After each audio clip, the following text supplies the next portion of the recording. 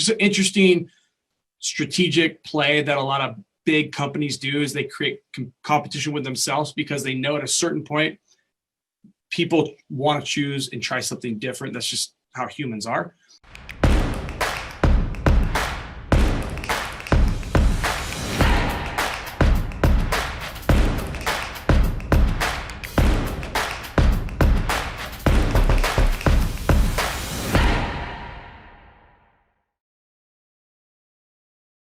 So I've been studying the hell out of the Rockefeller family, who's I'm not going to get into it, but a very interesting, powerful, and evil group. But the one thing that Rockefeller I've really gleaned from business, which not sure if this is good or not, because they are somewhat of an evil organization.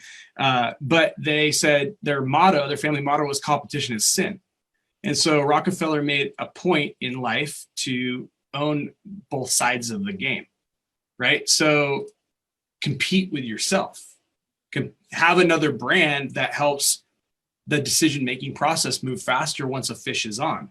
Sometimes your premium brand might get the business. Now you probably ask yourself, well, what do I do if I got to meet with them or whatever?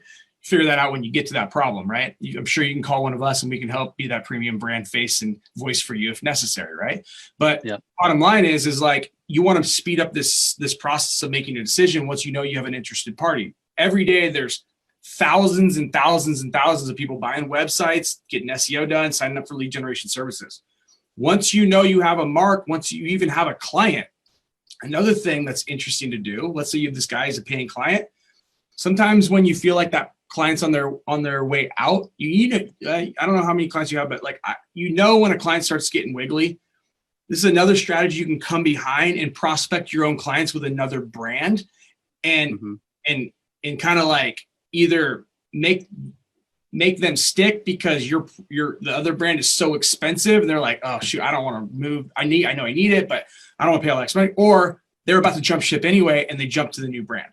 Creating the competition with yourself if you want to do it that way. But it's kind of a cool, interesting strategic play. And it can be used across so many different fronts, not just a website or SEO or lead gen, but like it can even be done with the leads that you guys are doing quotes for. So if someone fills out an instant quote, you can put a thing on your lead gen site to say, hey, get 3 quotes, three of the best quotes in town, right? This could be like more of a directory style site or whatnot.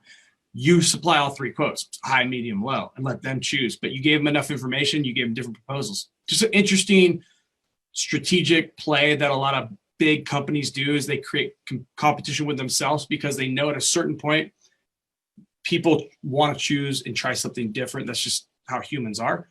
So it's an interesting strategy. So that's that. As far as how you, did you meet with this person in person or did you do this all over a Zoom meeting or a phone call? Yep, I ate some barbecue ribs with them. Dope. Okay, so my question to you is, why didn't you close? I wanted to. I wanted to close that night. It was late night, and give me the offer that you gave him. I know it was like you said it was. You went through like, hey, okay, so here's what I do. He didn't even see the price yet. I just wanted to talk to him and then see how I asked him like how long he's been doing the business. So I wanted to get to know his business and how he was running things. And then I was giving him a little bit of this and that and like what I would do as far as to get him that online presence in his city and the surrounding cities. And that was pretty much it. But at the same time, too, he was busy getting phone calls. He has like 2 cell phones, and he's got like 26 phone lines connected to that 2 phones. So at the same time, it's like it wasn't that focused conversation. It was a little bit distracted, and then to the point where he was already done barbecuing and he wanted to close the shop and everything. So and then they got to the point where I just left the proposal with him. But I told him, you know what?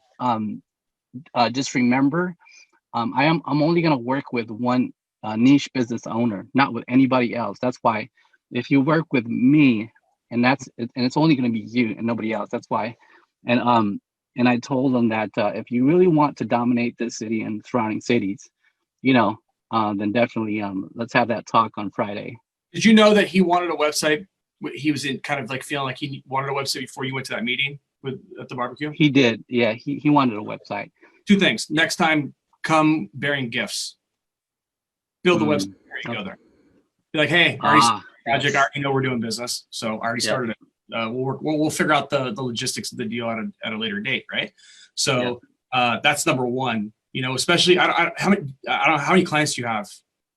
Right now, this is going to be hopefully my first. Okay, cool. That's what I was hoping you were going to say. Yeah. So the best kind of route, and I did this constantly when I was first getting started, but man, I'm not afraid to go put in some hustle work right now. I'm not afraid to go spend an hour and put together, even if it's a one or two page site, like, hey, I started your site. You got a domain up. Like, remember, they're almost 100 years in business and they've never had a site. So it's kind of like magic.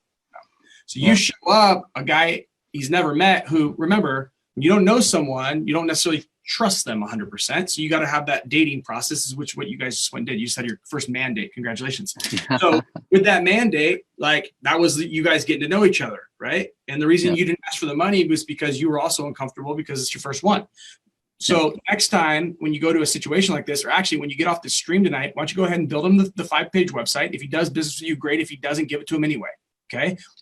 You pick up the $20 a month hosting, do your good deed. A guy that's been in business 100 years is doing something right. The family's doing something right. You're not in business for 100 years almost. If you don't know people, take care of people, treat people the right way, because anymore you'll get spit out instantly if you're not serving your clients.